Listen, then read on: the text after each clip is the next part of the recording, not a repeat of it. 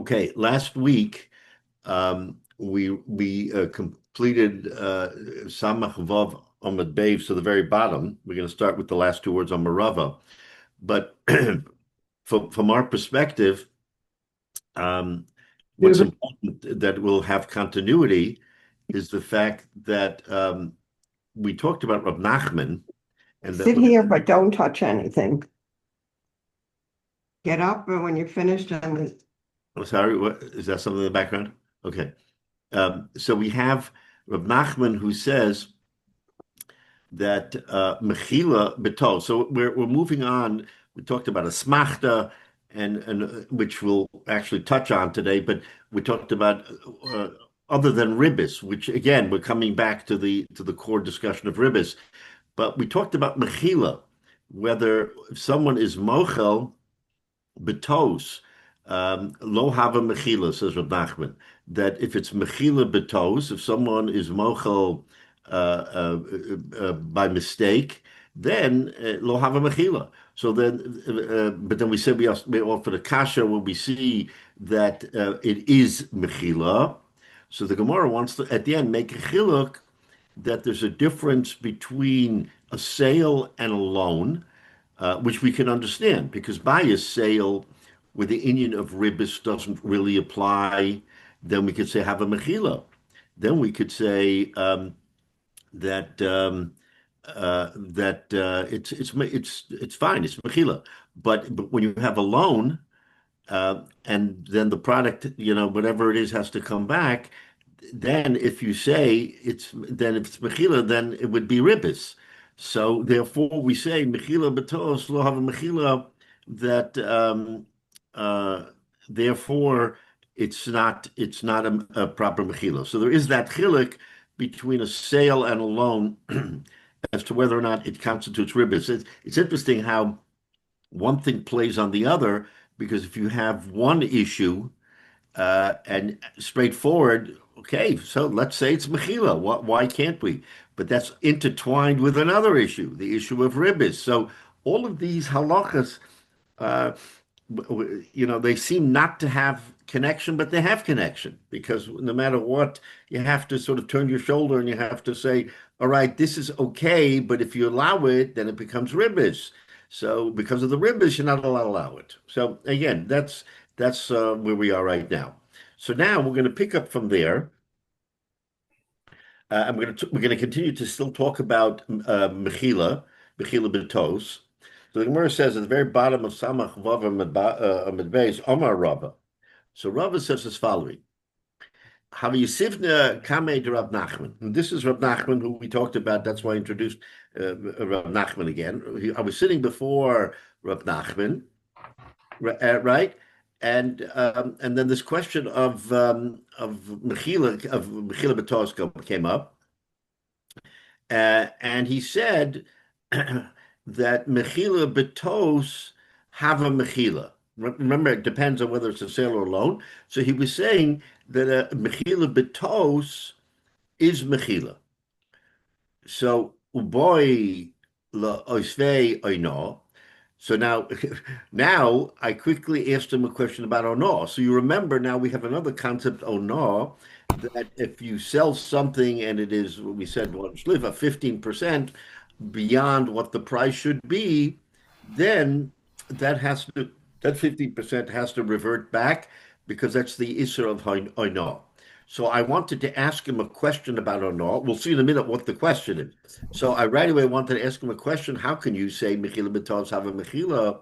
We see by ono that it's not, right? Because generally speaking, ono, you have to roll back the the deal. So in terms of mechila, there's no mechila. So I was about to ask him that question. But V'odik, he sort of deflected my kasha and said, I have a raya for my view, says Rab Nachman. Chazisen, islanders. You'll see from an islanders. So we'll get into that discussion in just a minute. We'll define an islanders and we'll see what the problem is. So, so what was the kasha that Rava had? Rava had a kasha that how can you say mechila betos is a mechila? We see by no different.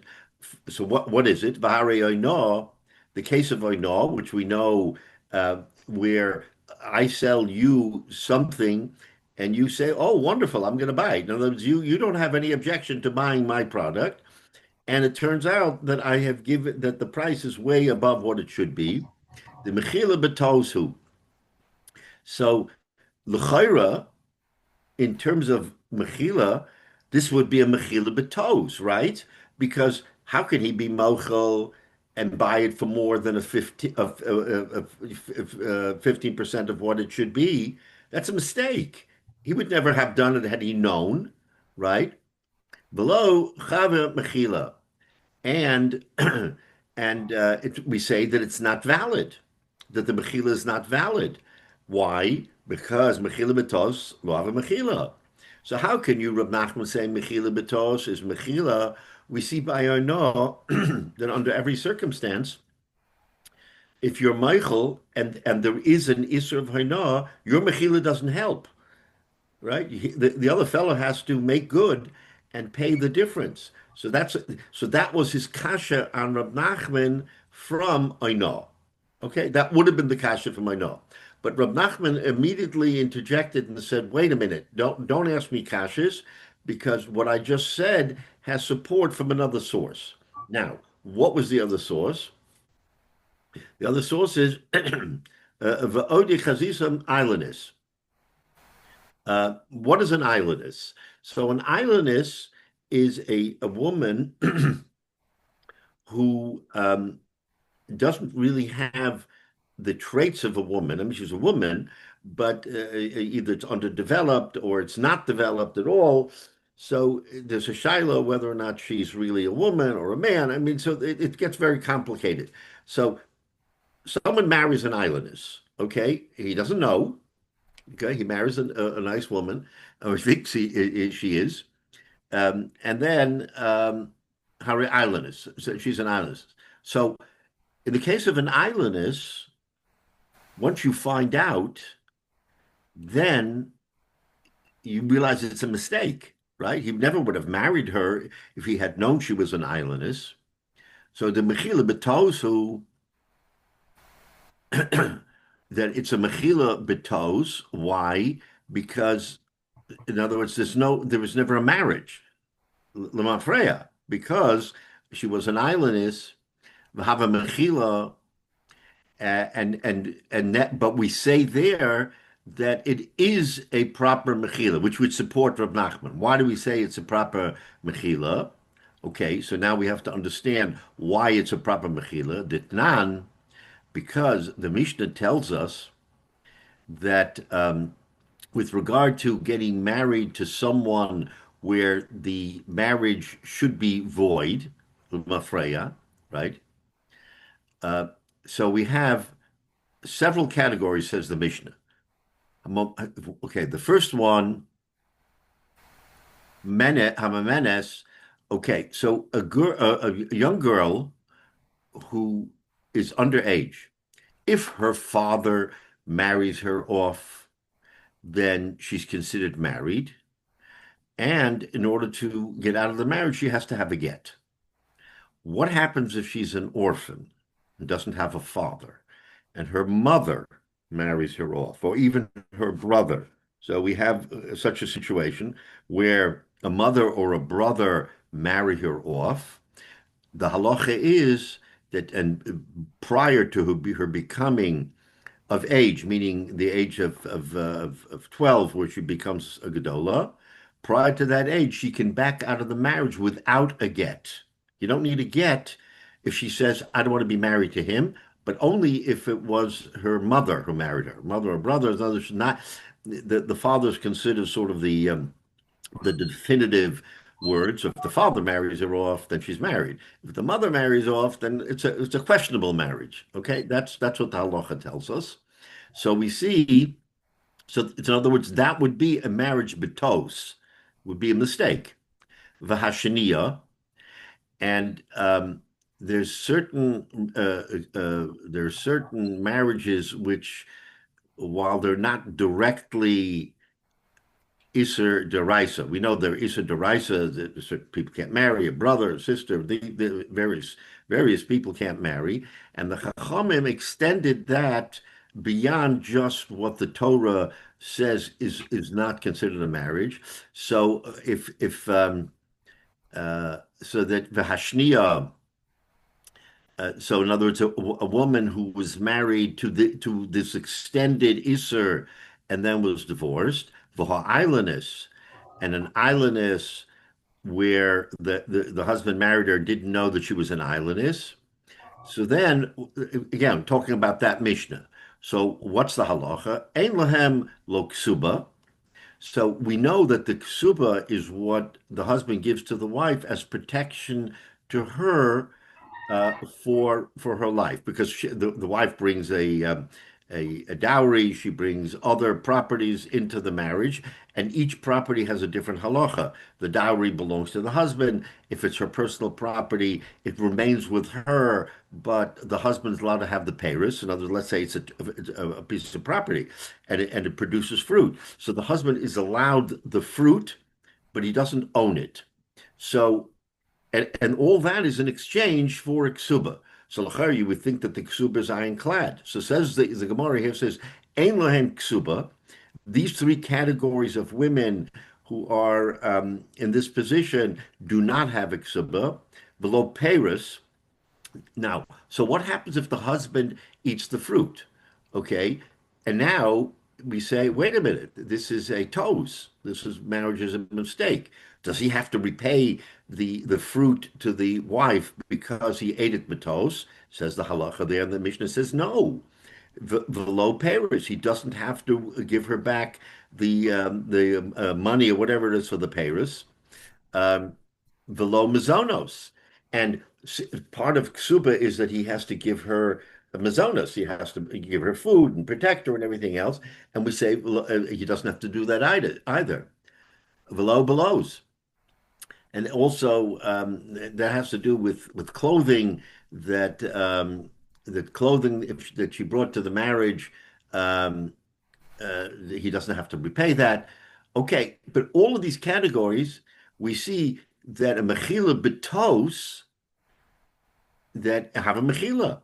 So this is what Rab Nachman said is a riot. To me, I say mechila betos have a mechila, and we see from that Mishnah, island is being included in that Mishnah, that mechila betos have a mechila. So that's a valid that's a valid support. Here, Rava came and he wanted to say, wait a minute, what about a case of oino? And by oino you can't do it. And he says, what about oino? I am going to bring you Beferish Mishnah where it says that mechila betos have a mechila. So this was that discussion between Rava and Rav Nachman where each had a proof to their position. So what do we do? I mean, each one has a valid proof. So what do we do? So that was the kasha. So the Gemara says, very interesting, says that velohi, neither neither case that supports pro or con is going to be valid. Why? Is a good kasha. So it says lohi. Why? Because in the case of in the case of um, the case of islandess is not a support. The case of islandess is not a support for Rab Nachman. Neither is Rava's kasha of Oino a kasha on Rab Nachman. Why? So let's understand. First, by I know do yoda de isa no the mochel gabe. Um, okay, so what happens? Reuven sells Shimon an item, and Shimon doesn't realize that he's been taken advantage of, or that he's paying that it was fraudulent, so that he doesn't even know that he should have a taina, right? So how can there be mechila? Mechila is where you know that something is improper, and notwithstanding you're Michael. So then you can say Mechila. Okay, so then either Mechila B'Tos or not Mechila. But if you say, um, uh, but if you say that if he doesn't even know that there is something going on, then how can you bring a raya from there to say that Rab Nachman is wrong? That's the kasha. Okay, what happens by island no happens by ano. But if you want to bring a raya that Rab Nachman is wrong, that mechila betos is not lo hava mechila, and you want to say it from ono, but at least he has to know that there is something wrong for him to say I recant.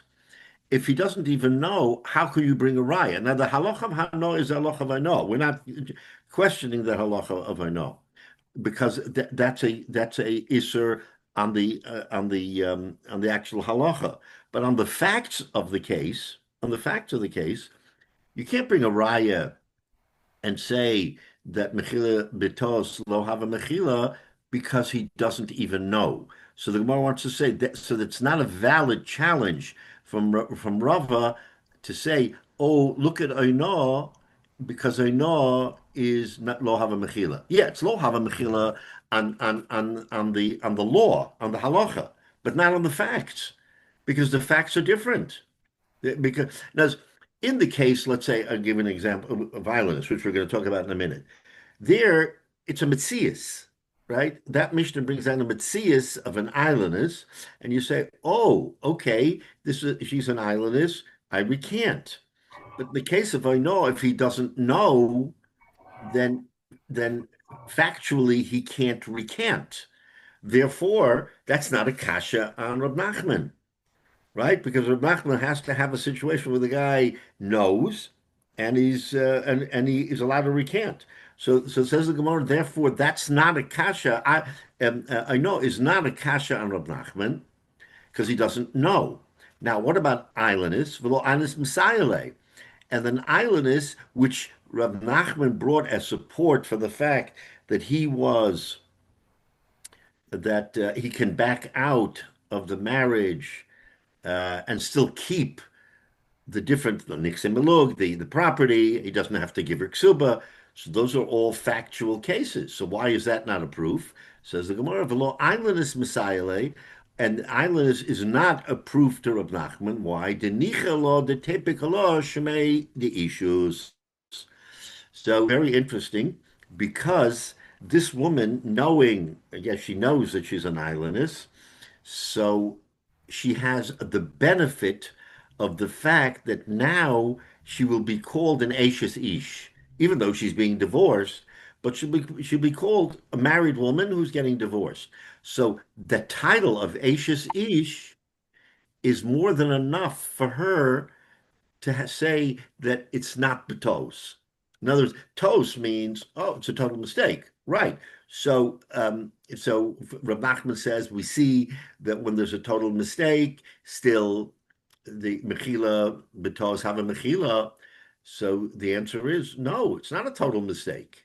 You can't even prove that it's a total mistake because from the standpoint of the islandess, this is a positive, even though all these things are falling apart for her. But the fact that she can now be called an Ashes Ish, so that takes it out of the realm of mistake, and therefore the Gemara says this is not a raya to Rab Nachman that mechila betos have a mechila. Both of these situations are very, very interesting because they could sort of go against the grain. By ano, we say that the whole point of ano is that the guy doesn't know, so we're protecting him from something he doesn't know. So the Gemara is now saying, yes, al pi halacha, that's correct. We're protecting him from something he doesn't know. But factually speaking, he can't be Meichel. Mechila means, oh, I know something and I'm Meichel. So then the kasha is Mechila help? Mechila doesn't help. But intrinsically, Oina means he doesn't know. So if he doesn't know, he can't be Meichel. So therefore, the Gemara is saying Rabba could never have asked a kasha on Rab Nachman from Oino because Oino is a different set of facts.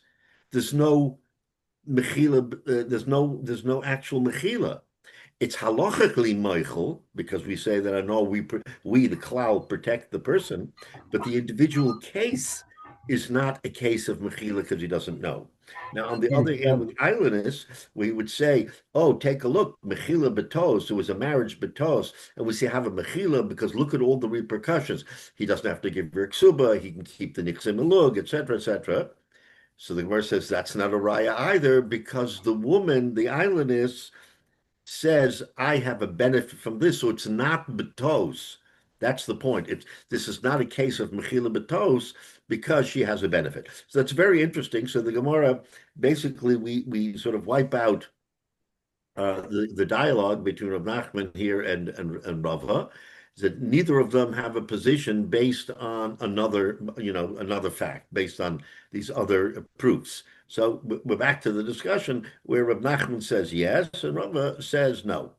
Rabbi, the benefit of being called an Ashes Ish is from the period when she got married until the divorce. Correct. Very brief.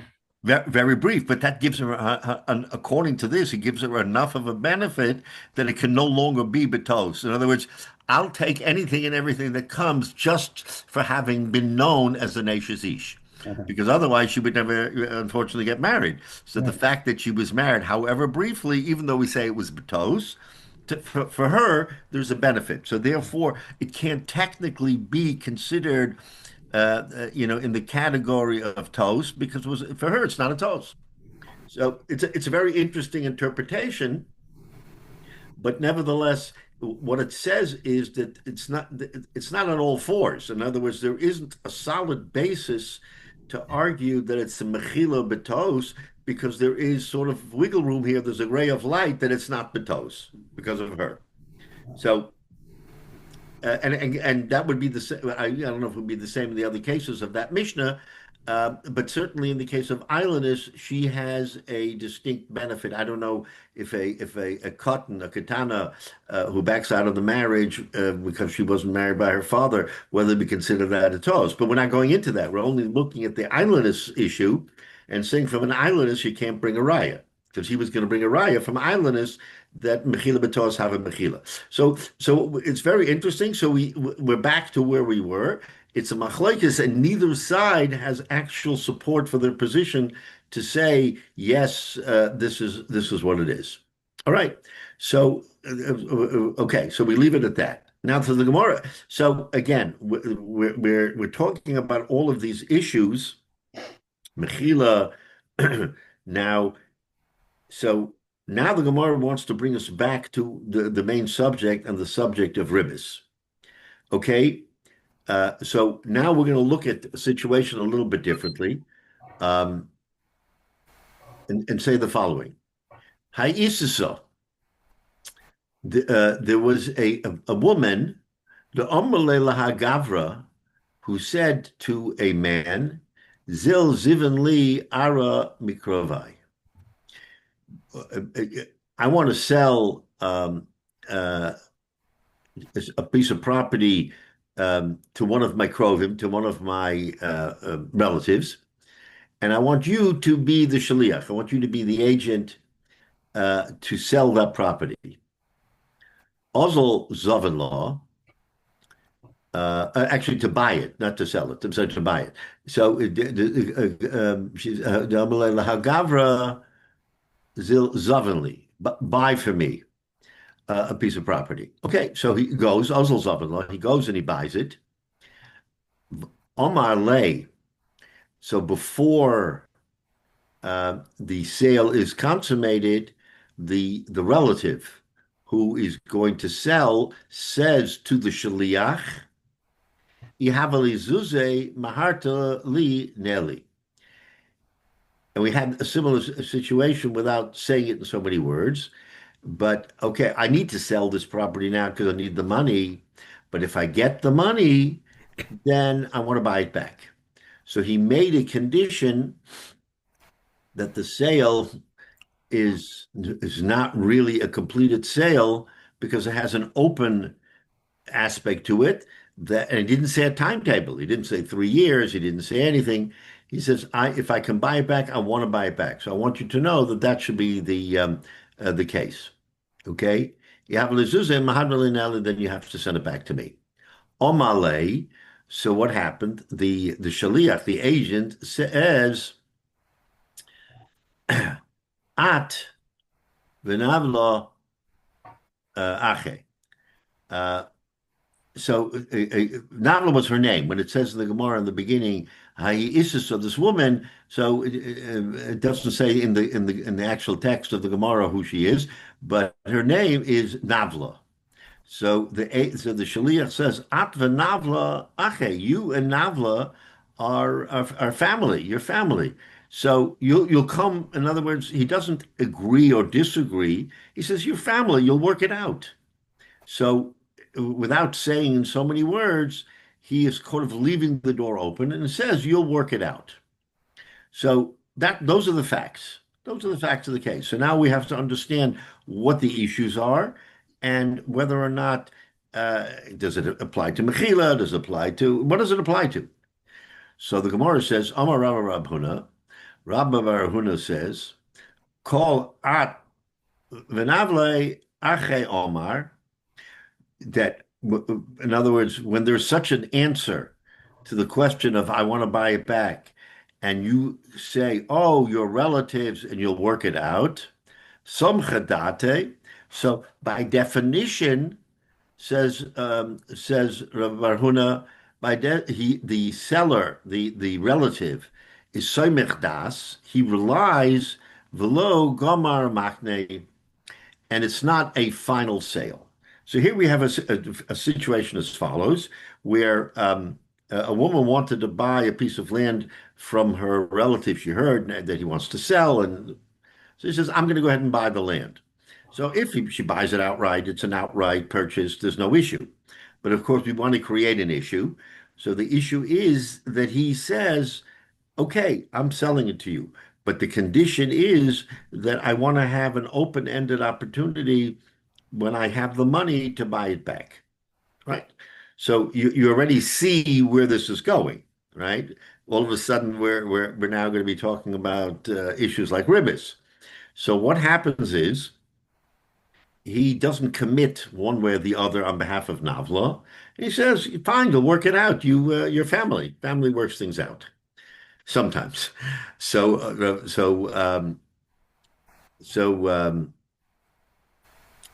Rabbi Barhuna makes the statement, "Call at v'navla ache," when he makes such a kind of a statement. "Oh, you are relative, you'll work it out." In other words, it's not a definitive statement of a sale or not. Whenever you say that, you leave the door open. Some chedate, the relative, the seller, can be so mechdas that he meant to say yes. So that's the interpretation that, oh, your relatives means yes. Right? When you're asking, does it mean yes or no? It means yes. That the seller can interpret it to mean yes, and therefore he has the right to buy it back. Okay, so that's the fact pattern that the Gemara is presenting to us, and now we have to understand what's the problem. Okay, this is no okay. We're not talking about a tosur. We're not talking about asmachta. These other concepts that we've been talking about. So what are we talking about? Okay. Now, of course, what's going to happen is that the relative is going to want to buy it back. Okay, and he says,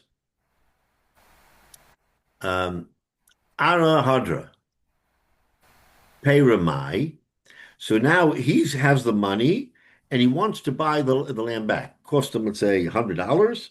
He gives him the $100 and he buys it back. The question is, and we've had this question before, pay Ramai. What about the payers? If it was a producing field that produced food, fruit, whatever it was, and the buyer, Navla, use the produce. What's the status? Since it's now going back, can we say that this is valid or is it ribis? Because again, we're going to see the fine line here because ribis deraisa katsutsa is certainly not. Because remember, ribis deraisa, the parties have to arrange at the outset of the deal. I'm lending you 100, you're paying me 110. Straightforward. But midrabanan, it's ribis, right? If you benefit from the transaction, even if it isn't ribis ketzutza, it's still ribis. So that's what we're talking about. We're not talking about ribis deraisa. We're talking about ribis midrabanan. So pay ramai. How do you look at the pairs? Is it ribis or is it not? So okay, so yeah, so yes, ribis ketzutza haza. Is it considered ribis ketzutza v'yotzin b'dayonim? So in other words, the Gemara is asking the kasha. So do we have a havamina that this is ribis ketzutza? And what's the halacha by ribis ketzutza? Besides it being an over alav, the dayonim are allowed to undo the deal. That's where the big chilik is between ribis ketzutza, deraisa, and not, is whether the rabbis can undo the deal and say it's not a valid deal. So do we say it's ribis ketzutza v'yotzim b'dayonim? Odilma ki avak ribis hu. It's only avak ribis. Because why? It looks like ribis because the fellow, in this case, Nalva is getting the benefit. Nalva is getting the benefit of the fruit from this deal, and therefore it looks like it's avak ribis ve'en yotzin, and therefore if it's avak ribis, it's not. You can't get it back. So the shaila is, in a case that you might argue, remember it was a sale, it wasn't a loan. Ribis ketzutza applies in the case of a loan. I loan you, you pay me back more, fine, end of story. When you start talking about ribis in the case of a mechira, it can never be ribis ketzutza.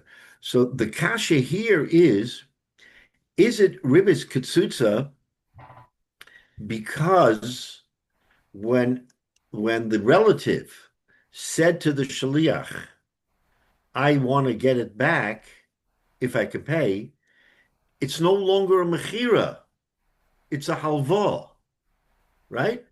It's not a final sale, it's a loan.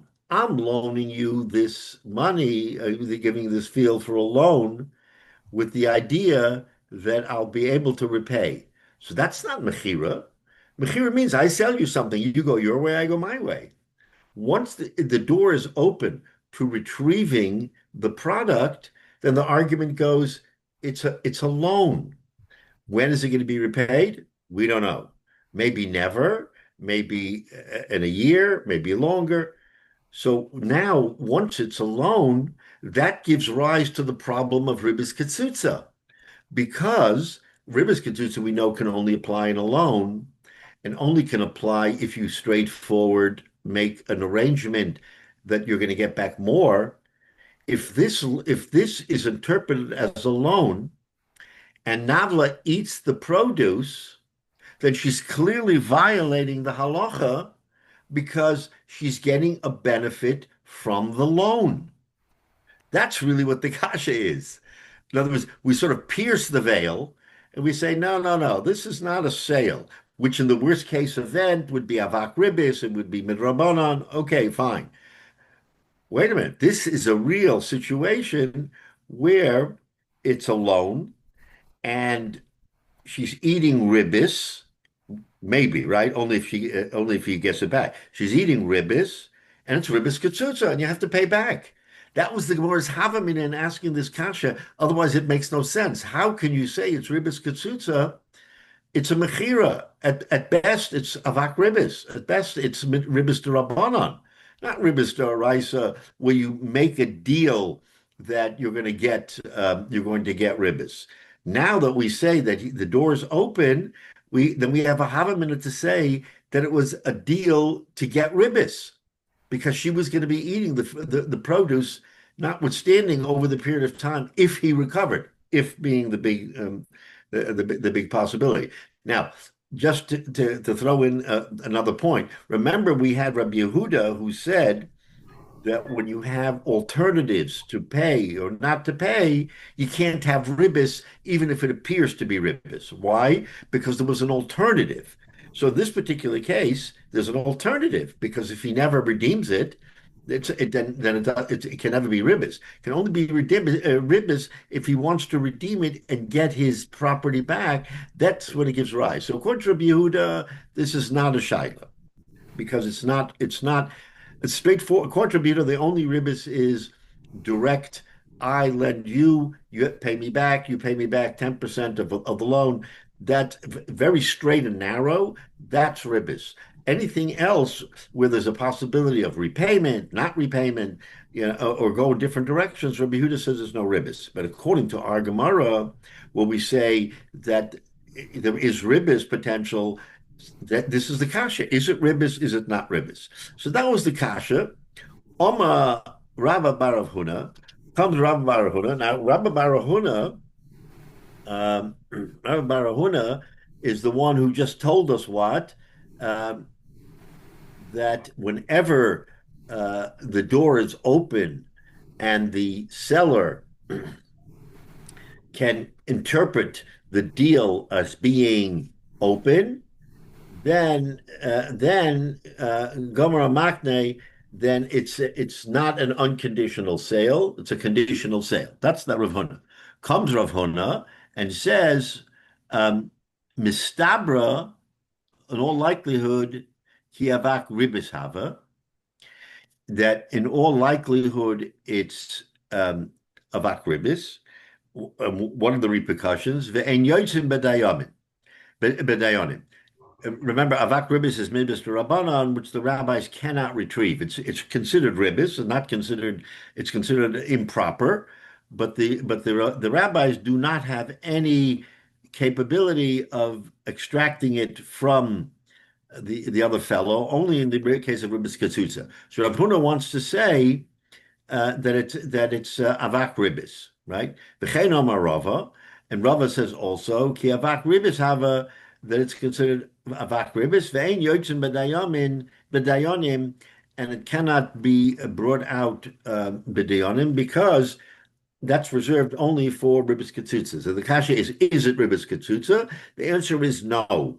That under that circumstance, even though the sale becomes a loan and opens up to the question of ribis, then it's not ribis katsutza. So it is ribis. It is ribis, but it's not ribis katsutza. We make a fine distinction and we say it is only avak ribis. It's ribis midrabanan, right?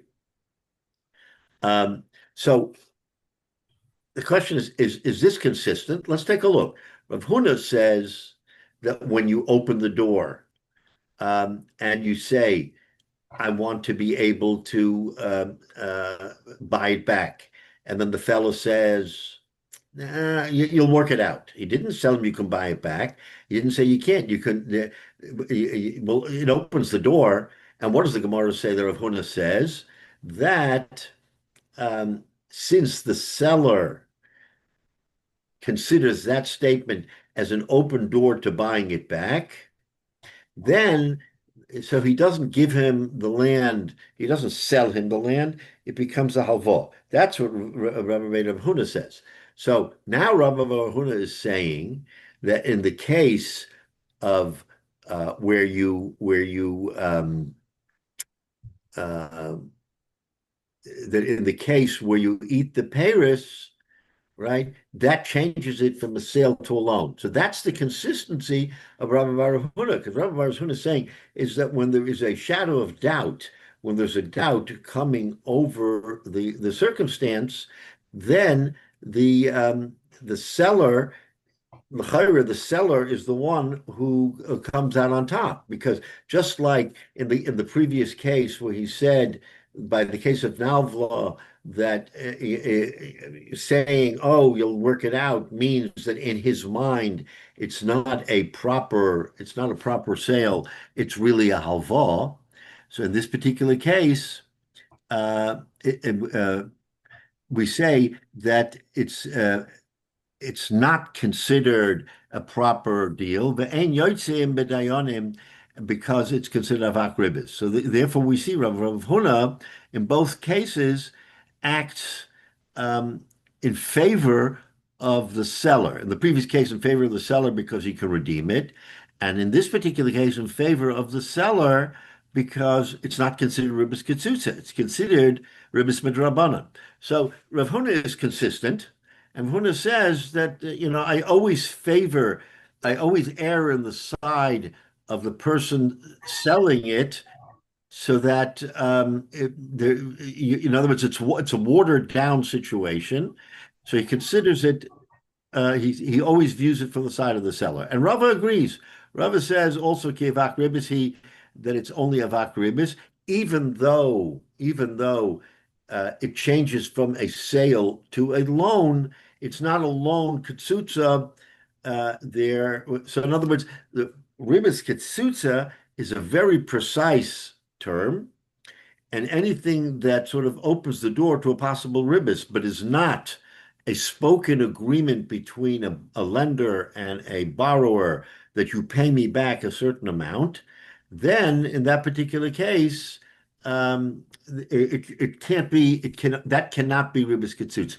Only a specific terminology can be ketsutsa.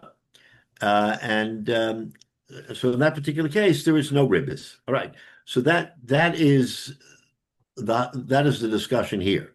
Now, so now the Gemara wants to say, okay, now that you tell me that you cannot, if it's not a precise case of ribis, midiraisa, ketsutsa, you can't, then it's avak ribis, and you can't, the dayonim can't bring it back.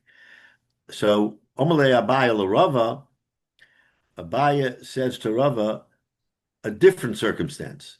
Mashkanta mai. What happens? Collateral.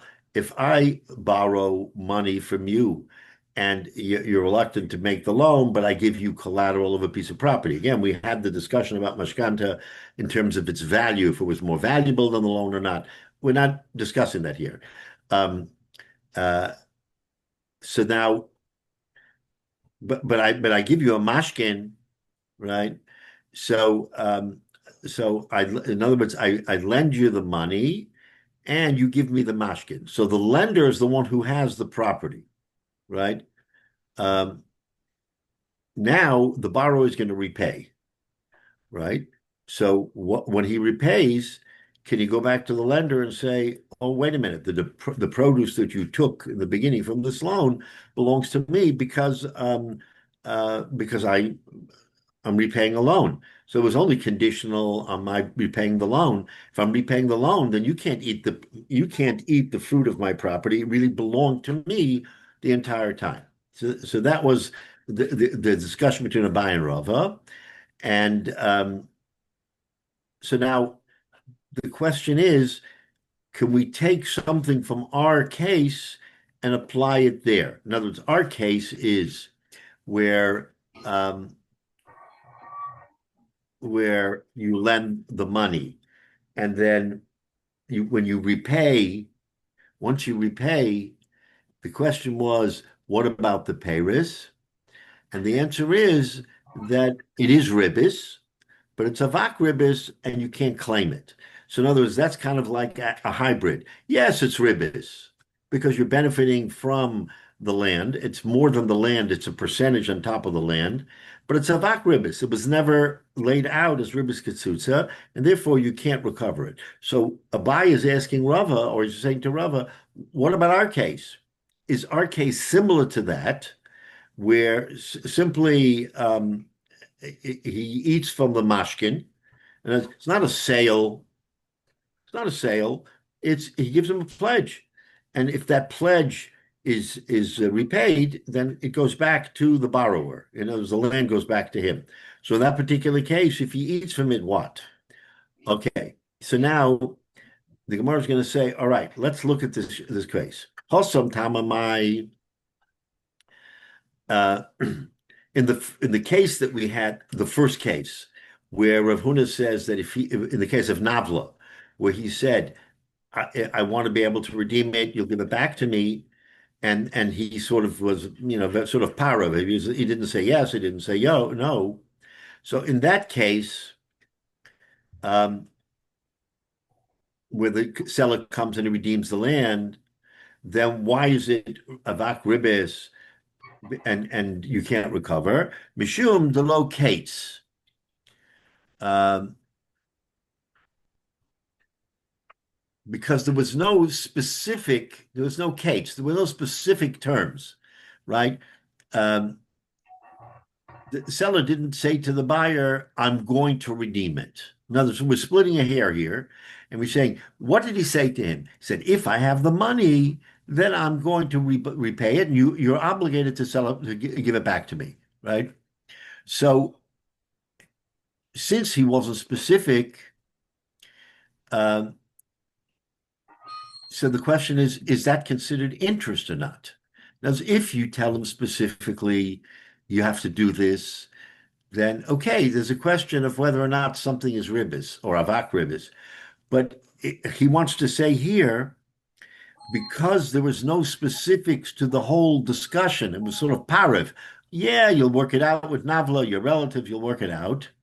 Therefore, when he takes the money back, uh, it, so hachinami locates late.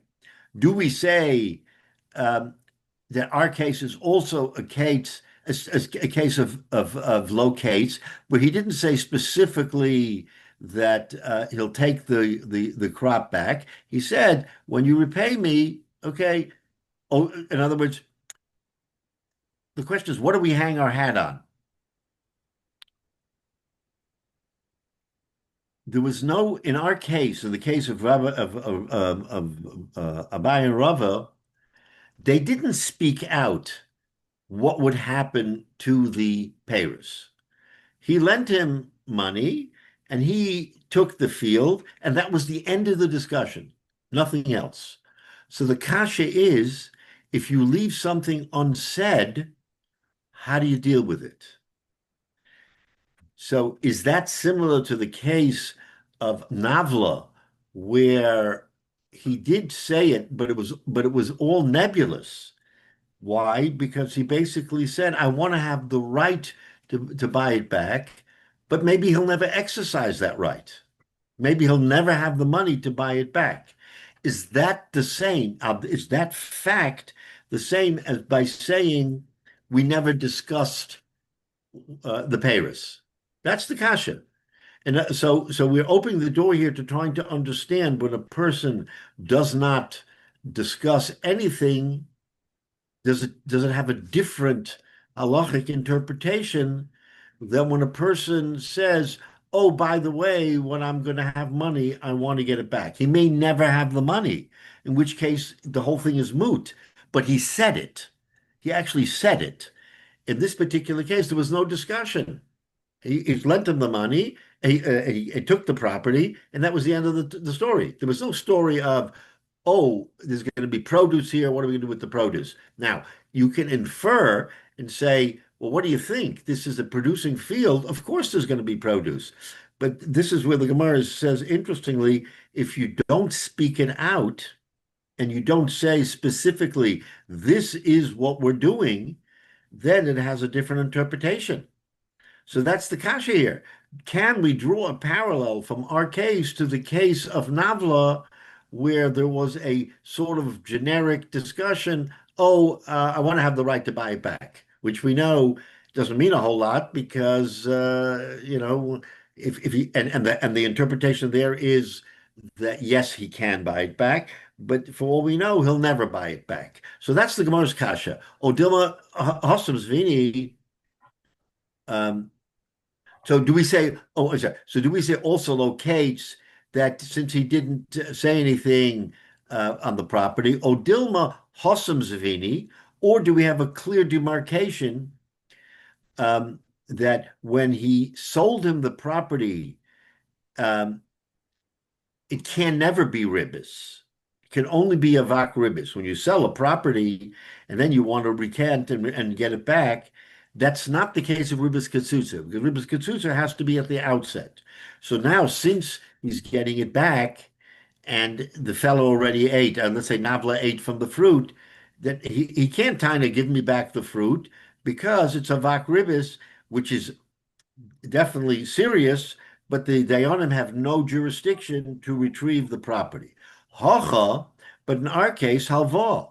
In our case, in the case that we just said, Abai and Rava, it's a direct halva. I'm lending you $100. You're giving me the field as a mashkin.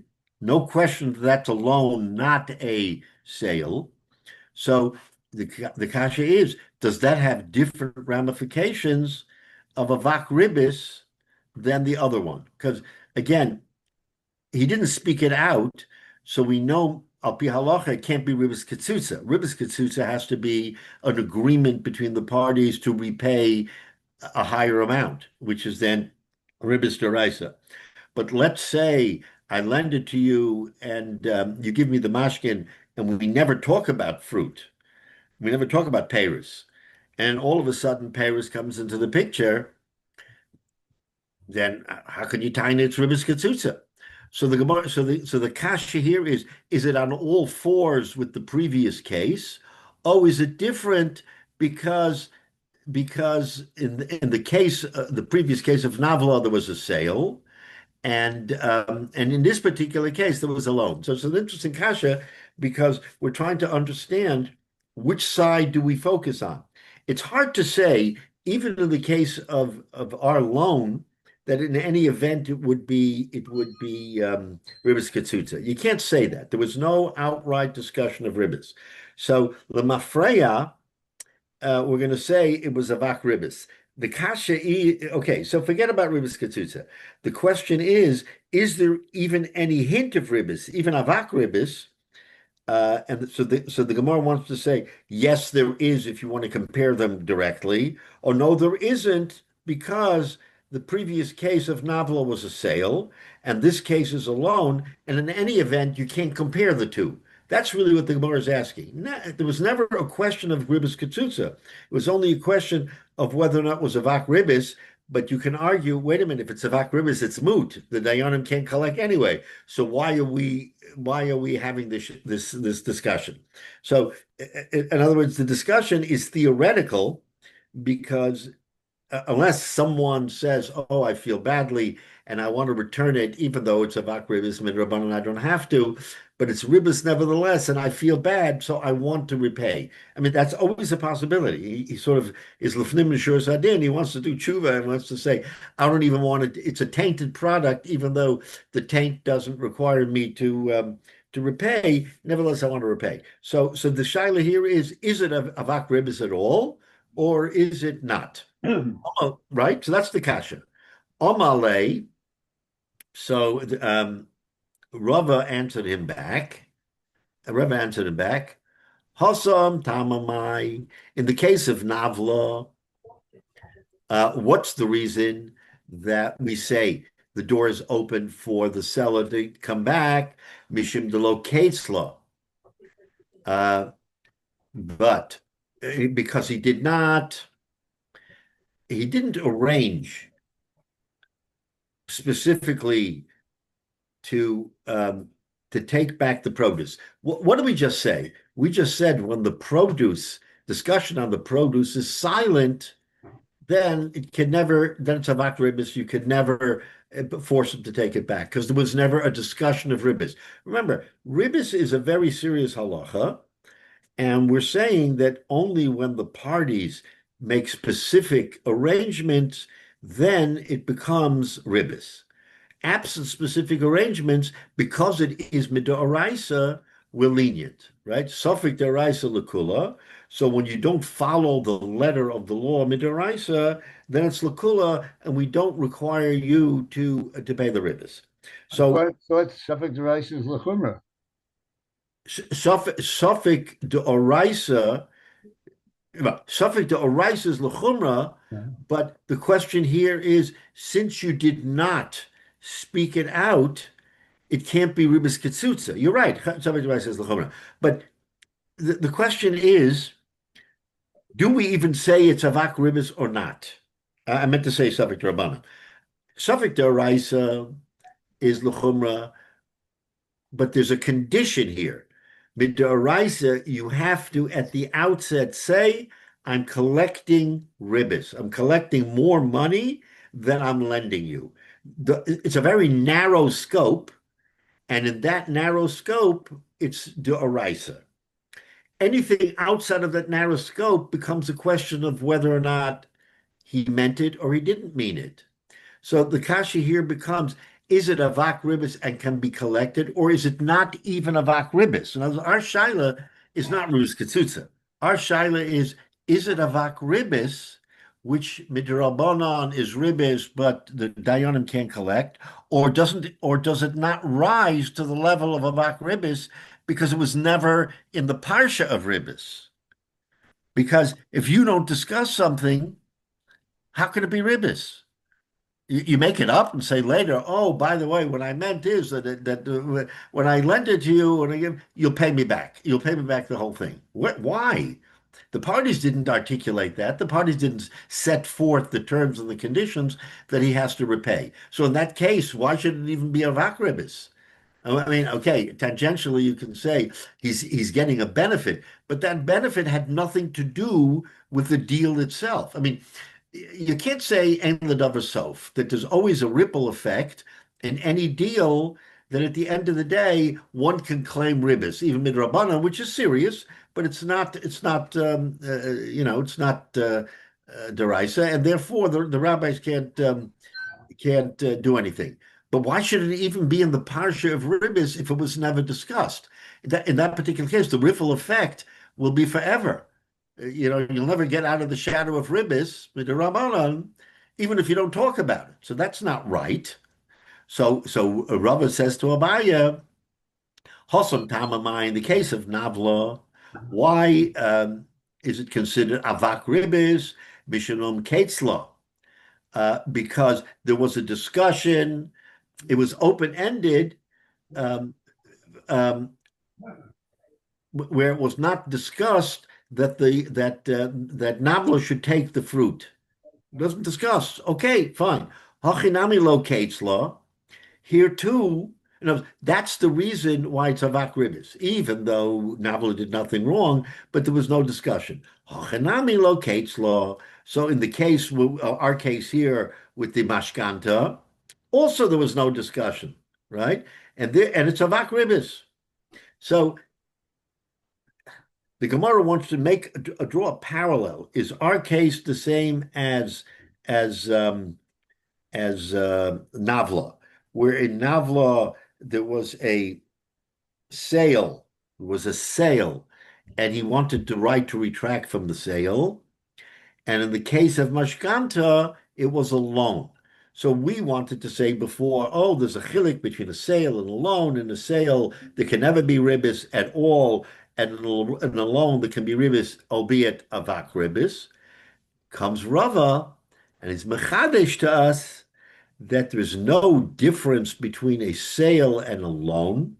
If in a sale, it's somewhat open-ended because he says, I can get it back, then it is avak ribis and you can't collect. That's the chiddush. And in the case of loan, where you don't talk about it, it's also avak ribis and you can't collect. So the Gemara is coming to the conclusion, either case is avak ribis. We wanted to have a havamina that when you didn't even talk about it, that ein l'davar sof, there should be no reason for it to be even avak ribis because it wasn't on the table. It wasn't on the discussion. Okay, he just gave him a mashkin, and that was the end of it. Whereas in the case of Navla, there was at least a discussion. He said, "Oh, I want to get it back."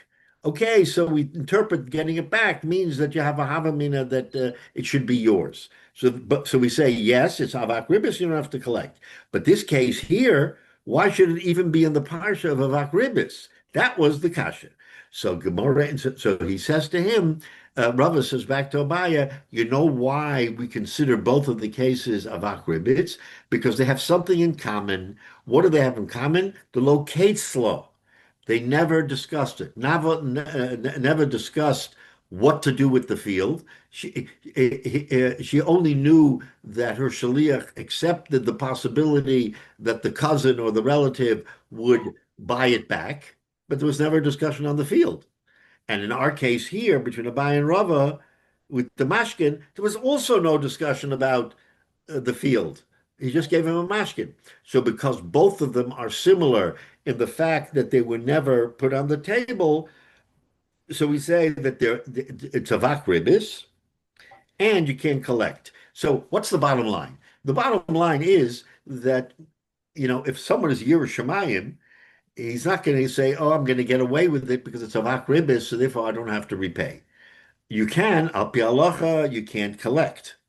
But there is that shadow that is hanging on top of the deal. Yeah, but you're still collecting ribis. It's not right.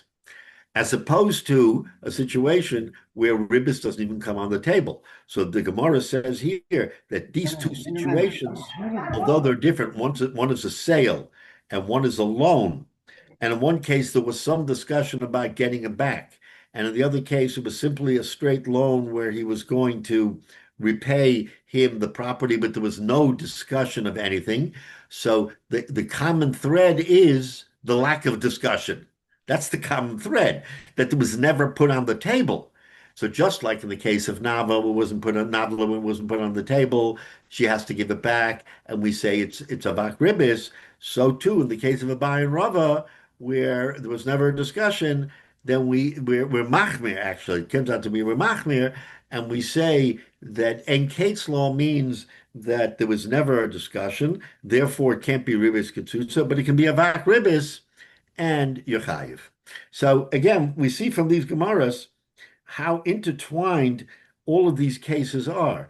When you're looking over your shoulder and you're saying, oh, I'm dealing with an asmachta, or I'm dealing with Aino, or I'm dealing with Mechila, or I'm dealing with Mashkanta. Each one is a separate halachic category, but in the back of your mind, you're worried about the repercussions of being over something in that deal. That's how intertwined the halacha is, that even though it's not midaraisa, you still have to worry about ribis. And that's the whole purpose of this Eza Neshech, is to show you that sort of ribis permeates almost everything that we potentially do. Because if we're doing something that in and of itself has no negative perspective, you still have to think, okay, are we home free? Are we totally clear of any halachic shaila? And ribis is the common thread that runs through all of these as to whether or not you're really in the clear. But again, let's say avak ribis, if ribis always appears and it's midrabanan, then you could say, I'm not flaunting midrabanan, by the way, but en l'davar sof, how am I going to live a life if I have to at every turn concern myself with, is this ribis? Is it not ribis? We see that even in a sale, there could potentially be ribis, let alone a loan. So interestingly, the Gemara comes out and says, yes, that a sale and a loan can be equated for purposes of ribis, but it's never ribis ketzutza. Now, ribis ketzutza can never happen in a sale. It can only happen alone. But avak ribis can happen in both, and the dayanim can collect. Again, it's fascinating how each case has a different perspective, but there is a shaila here always, and the bottom line is again, ribis midaraisa, midarabanan, it's avak ribis. All right, so we'll stop here, Mitzvah, because we're going to continue